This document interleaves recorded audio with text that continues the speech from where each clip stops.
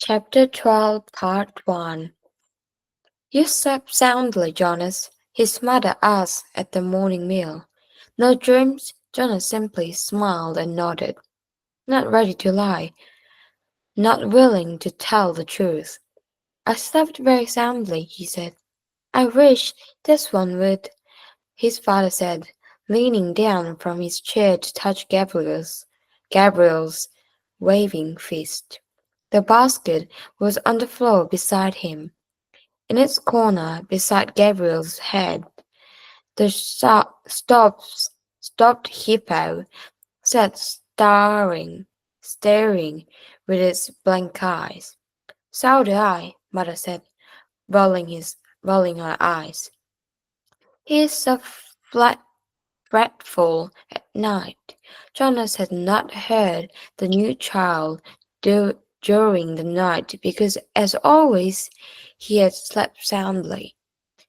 But it was not true that he had no dreams. Again and again, as he slept, he had slide down that snow-covered hill. Always in the dream, it seemed as if there were destination, a something he could not grasp. What that lay beyond the place where the thickness of snow brought the sledge to a stop. He was left up and awakening,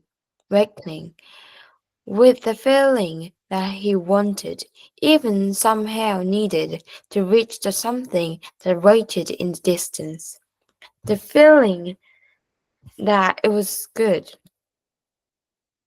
that it was welcoming, that it was significant. But he did not know how to get there. He tried to shed the leftover dream, gathering his schoolwork and preparing for the day.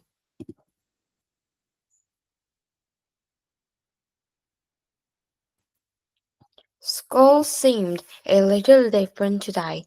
The classes were the same: language and communication, commerce and industry, science and technology, civil procedures, and government. But during the breaks for recreation periods and the midday meal, the other new 12s were abuzz with descriptions of their first day of training. All of them talked at once, interrupting each other, hastily making the required apology for interrupting, then forgetting again in the excitement of describing the new experience. Jonas listened. He was very aware of his own admonition not to discuss his training, but it would have been impossible anyway. There was no way to describe to his friends what he had experienced there in the annex's room. How could you describe a sledge without describing a hill and snow? And how could you describe a hill and snow to someone who had never felt a height, a wind, or that magical cold? Even trained for ease, as they all had been in precision of language, what words could you use which would give another the experience of sunshine? So it was easy for Jonas to be still and to listen. After school hours, he rode again beside Fiona to the house of the old. I looked for you yesterday, she told him, so we could ride home together. Your bike was still there, and I waited for a little while, but it was getting late, so I went on home. When so I went on home. I apologize for making you wait, Jonas said. I accept your apology, she replied automatically. I stayed a little longer than I expected, Jonas explained. She paddled silently, and he knew that she expected him to tell her why. She expected him to describe his first day of training, but to ask would have fallen into the category of rudeness. You've been doing so many volunteer hours with the old, Jonas said, changing the subject. There won't be much that you don't already know. Oh, there's lo- there's lots to learn, Fiona replied. There's administrative work and dietary rules and punishment for disobedience. Did you know that they use a discipline wand on the old, the same as for small children?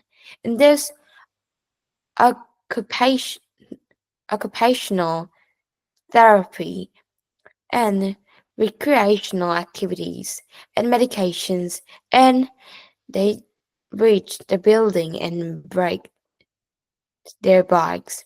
I really think I will like it better than school, Fiona confessed. Me too, Jonas agreed, wheeling his bike into its place.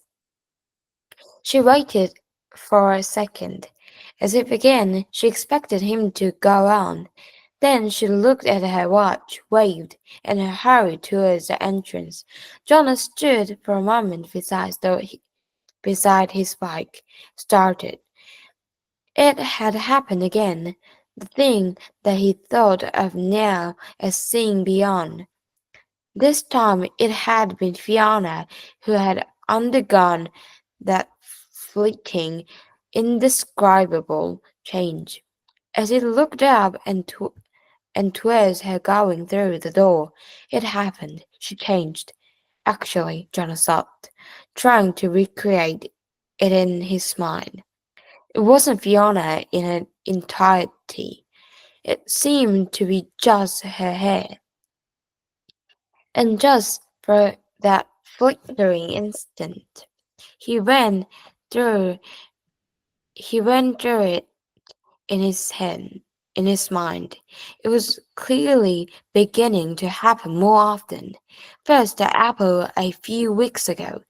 The next time had been the face in the audience at the auditorium. Just 2 days ago. Now today, Fiona's hair. Frowning, Jonas walked towards Alexis. I will ask the giver, he decided. The old man looked up, smiling.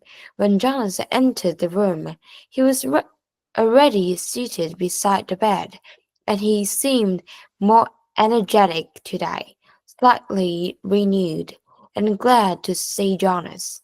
Welcome, he said. We must be started. You are a minute late. I apologize, Jonas began, and then stopped, fluttered, remembering there were to be no apologies. He removed his tunic and went to the bed. I'm 1 minute late because something happened, he explained, and I'd like to ask you about it, if you, if you don't mind. You may ask me anything. Jonas tried to sort it out in his mind so that he could explain it clearly. I think it's what you call seeing beyond, he said. Chapter 12, Part 1 End.